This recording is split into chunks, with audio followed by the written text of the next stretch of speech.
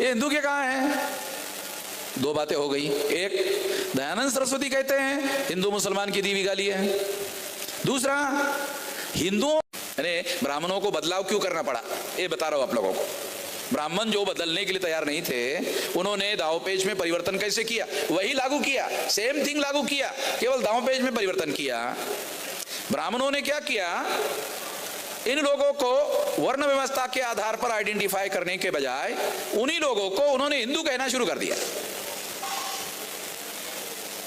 यानी पिछड़े वर्ग के जो लोग हैं उनको ब्राह्मण शूद्र कहते थे।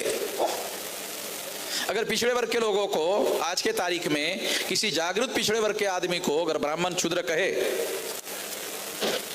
तो पिछड़ा वर्ग का आदमी ब्राह्मण को जूते से चौराहे पे मारेगा। क्यों विकास? पिछड़े वर्ग के जाहिल आदमी को भी अगर वो पिछड़े वर्ग के कहा ना, तो जाहिल ओबीसी को भी अगर शूद्र कहा तो वो दौड़ा कर मारेगा। बोल रहे ये सही है, ये बात मैं आपको बता रहा हूं। तो कोई ब्राह्मण किसी पिछड़े वर्ग के लोगों को शूद्र नहीं कह सकता, और अगर ऐसा कहा तो दौड़ा कर मारेगा। तो इसलिए अब उन लोगों को ब्राह्मणों के सामने दो दृष्टियों से संकट खड़ा हो गया, ये क्या कहे? तो उन्होंने हिंदू कहा और लागू किया वर्ण व्यवस्था का कानून। मतलब वो जो सिस्टम है वर्ण व्यवस्था का वैसे वैसे रखा। ब्राह्मणों ने वर्ण व्यवस्था हमने रद्द कर दिया, ऐसा कोई रिजोल्यूशन आरएसएस ने पास नहीं किया। वर्ण व्यवस्था को उन्होंने खत्म कर दिया, ऐसा विश्व हिंदू परिषद ने कभी कोई पास नहीं किया। कोई रिजोल्यूशन विश्व हिंदू परिषद ने आज तक वर्ण व्यवस्था खराब है, आउटडेटेड है, ऐसा कोई रिजोल्यूशन पास नहीं किया। ये जाति व्यवस्था गलत था, वर्ण व्यवस्था बोल ही नहीं रहे।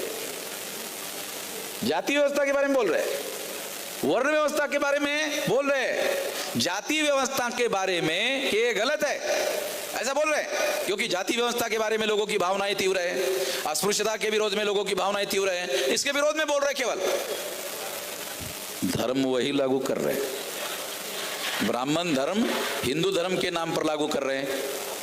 ध्यान रखो, बहुत खास बात बता रहा हूं। ब्राह्मण धर्म को ब्राह्मण लोग हिंदू धर्म के नाम पर लागू कर रहे हैं। ये दांवपेच में परिवर्तन है। दोबारा बताता हूं, ब्राह्मण धर्म को ही ब्राह्मण हिंदू धर्म के नाम पर लागू कर रहे। जब मैंने ऐसा कहा वीडियो बनाकर,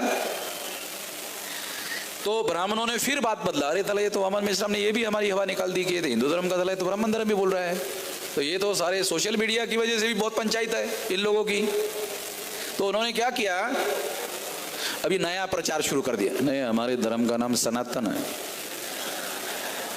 अभी नया प्रचार है, ये कल परसों का प्रचार है। ये मेरा वीडियो आने के बाद उन्होंने हिंदू धर्म के बजाय सनातन धर्म बोल रहे। मैं आपको बताना चाहता हूं, सनातन शब्द भी बुद्ध से चुराया हुआ है। सनातन शब्द कहाँ है? सनातन शब्द वेद में नहीं है, श्रुति स्मृति पुराण रामायण में नहीं है। सनातन शब्द कहां से लिया? एस धम्मो सनातनो, यह धर्म सनातन है। क्या विलास? यमक वर्ग में है विलास? आ गया, यही तो था। एस धम्मो सनातनो, यह धर्म सनातन है। यह यमक वर्ग है। इस यमक वर्ग में बुद्ध ने अपने प्रवचन में यह शब्द कहा, यह धर्म सनातन है। और यहां से यह शब्द चुराया। जब मैंने हिंदू शब्द मुसलमानों की दी हुई गाली है ऐसा कहा, तो फिर उन्होंने सनातन शब्द का उपयोग करना शुरू कर दिया। तो सनातन शब्द भी उन्होंने बुद्धिस्ट से लिया, ये धम्मो सनातनो, ये सनातन। तो मेरा सवाल है कि ब्राह्मणों का क्या है इस देश में? वो सब बाहर से आए हुए हैं, तो यहां शब्द भी मिलता नहीं है। जो लोग बाहर से आए हुए हैं तो उनको यहाँ उनका कुछ भी नहीं है, वो शब्द भी उनको यहीं से लेने पड़ते हैं, उनका कुछ है नहीं है। कुछ भी ना होने के बावजूद भी दिल्ली की सत्ता पर काबिज है, कुछ भी ना होने के बावजूद भी। तो ये निश्चित रूप से विचार करने वाली बात है, बहुत ज़्यादा गंभीर बात है। तो मैं अपनी ज़िंदगी में एक सबक सीखा कि ये ऐसा कैसे हो रहा है, ऐसा क्यों हो रहा है। तो उन्होंने क्या किया, हमारे अज्ञानता का फायदा लेकर संगठन बनाया और संगठन शक्ति निर्माण करके हमारे ही लोगों का उपयोग करते हैं और हमारे ही विरोध में ब्राह्मण लोगों का धर्म थोप देते हैं राज सत्ता की मदद से। जब सेंटर में उनकी सरकार आती है, राज्यों में उनकी सरकार आती है, तो पुलिस फोर्स पर, मिलिट्री पर उनका कब्जा हो जाता है। तो इसके आधार पर वो ये चीजें थोपने के लिए सक्षम हो जाते हैं, क्योंकि पावर का प्रभाव होता है, सत्ता का प्रभाव होता है। जब सत्ताधारी आदमी बोलता है, गलत भी बोलता है, तो वो प्रभाव में दूसरे लोग स्वीकार करते हैं। अगर स्वीकार नहीं करते होते तो फिर 2 बार इन लोगों की सत्ता क्यों आती? प्रभाव की वजह से आ रही है।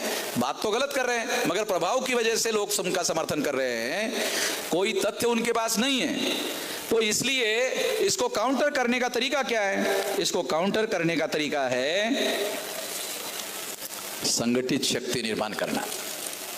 अगर हम लोग संगठित शक्ति निर्माण करते हैं और 6 लाख गांव तक अपना संगठन बनाते हैं, तो कहीं पर कोई भी ब्राह्मण हमारे किसी सवाल का जवाब देने लायक नहीं है। हमारे किसी सवाल का जवाब ब्राह्मण नहीं दे सकता और ब्राह्मण के हर सवाल का जवाब हमारे पास है। नॉर्थ इंडिया में ब्राह्मण को पंडित कहने का रिवाज है, यानी ब्राह्मण ही पंडित है और पंडित ही ब्राह्मण है। मगर ब्राह्मण का अर्थ अलग है, पंडित शब्द का अर्थ अलग है।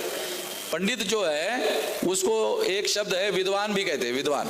तो ब्राह्मण तो ऐसे बहुत सारे गधे लोग हैं, तो गधे को भी पंडित बोलने से पंडित थोड़ी हो जाएगा। मैं उनको गाली देने की दृष्टि से नहीं बोल रहा हूं। मान लो कोई अनपढ़ ब्राह्मण है, उसको नॉर्थ इंडिया में पंडित जी पंडित जी पंडित, अरे भे पंडित कैसे हो गया। एक बार ये फटे धोती वाला एक ब्राह्मण जा रहा था, तो आर के राम हमारा इंजीनियर था, उसने उसको पंडित जी आइए आइए, उसको चाय पिला के चला गया। उसके बाद मेरे भाई विद्वान है? नहीं नहीं नहीं, ब्राह्मण है। हमारे यहाँ ब्राह्मण को पंडित कहने का रिवाज है। ऐसा ये फैजाबाद की बात है। फैजाबाद में हम लोग चाय पीने के लिए बैठे थे, तो उन्होंने उसको पंडित जी कह के बुलाया।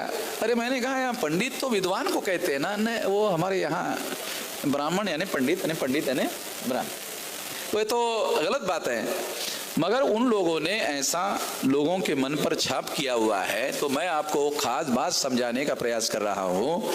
राज्य सत्ता की मदद से ब्राह्मण धर्म के लोग अपना ब्राह्मण धर्म बहुसंख्यांक लोगों पर इनडायरेक्टली थोप रहे हैं। डायरेक्ट थोपने का काम नहीं कर पाते, क्योंकि उसकी प्रतिक्रिया होती है। और दूसरी महत्वपूर्ण बात वो करते हैं जिससे हमको सावधान रहना चाहिए। आखिरी बात कहकर समाप्त कर